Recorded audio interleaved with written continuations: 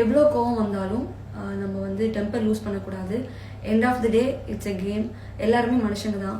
நம்ம கேரக்டரே நம்ம வந்து கீழே இது பண்ணி நம்ம வந்து மனுஷங்களுக்கு ஆப்போசிட்டாக அகேன்ஸ்டாக எதுவும் பண்ணக்கூடாது. ஆண்ட்ரா கிட்ட மட்டும் ஒன்று கேட்கணும். லாஸ்ட்டாக கமர்தன் வந்து சாரி கேட்கும் போது அவங்க கொடுத்த ரியாக்ஷன் அது அந்த அளவுக்கு போயிருக்க வேண்டாமே, அதுதான் கேட்கணும். பிக் பாஸ்ல இருந்து இந்த வாரம் சுபிக்ஷா வெளியேற்றப்பட்டாங்க. இன்னும் இருந்தா கார்டாஸ்ல நடந்த விஷயம் குறித்தும் அண்ட் பார்வதி கமருதி 2 பேருக்கும் ரெட் கார்டு கொடுக்கப்பட்டது குறித்தும் அதே சமயம் சாண்ட்ரா போட்ட நாடகத்தை குறித்தும் வெளிப்படையா பேசியிருக்காங்க சுபிக்ஷா. பிக் பாஸ் நிகழ்ச்சியில் நடந்த கார்டாஸ்ல கமருதி அண்ட் பார்வதி 2 பேரும் சாண்ட்ராவை தள்ளிவிட்ட விஷயம் தான் பெரிய விஷயமா பேசப்பட்டுச்சு. இதை பார்த்த பலருமே கமருதீன் அண்ட் பார்வதிக்கு ரெட் கார்டு கண்டிப்பா கொடுக்கணும்னு சொல்லிட்டு வந்தாங்க. இதை தொடர்ந்துதான் பிக் பாஸ்ல அவங்களுக்கு ரெட் கார்டும் கொடுக்கப்பட்டுச்சு. ஆனா இப்ப நிலைமை அப்படியே மாறி இருக்குன்னு தான் சொல்லணும். ஏன்னா பார்வதி என்ன பெரிய தப்பா பண்ணிட்டாங்க, அவங்களுக்கு எதுக்காக ரெட் கார்டு கொடுக்கணும்னு பலரும் குரல் கொடுக்க ஆரம்பிச்சிட்டாங்க. என்னங்க என்ன பண்ணாலும் அடிக்கிறாங்கன்னு சொல்ற மாதிரி Vijay TV and Bigg Boss டீமுக்கும் என்ன பண்றதுன்னே தெரியாத நிலைமை தான் இருக்கு.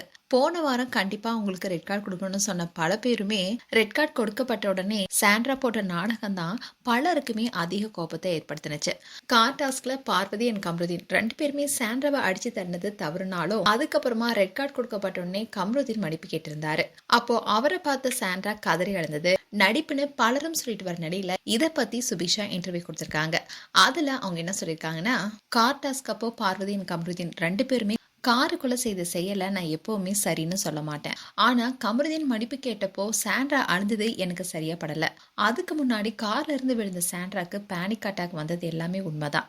ஆனா அதுக்கப்புறமா கமருதீன் காலில் விழுந்ததும் அதை கண்டு கொள்ளாம பயந்து அழுந்தது கொஞ்சம் ஓவரா தான் தெரிஞ்சது. அதை என்னால ஏத்துக்கொள்ளவே முடியலன்னு சொல்லியிருக்காங்க. அதோட சாண்ட்ராவை விஷபாட்டல்னும் பாருவ சக்னின்னு சொல்லியிருக்காங்க.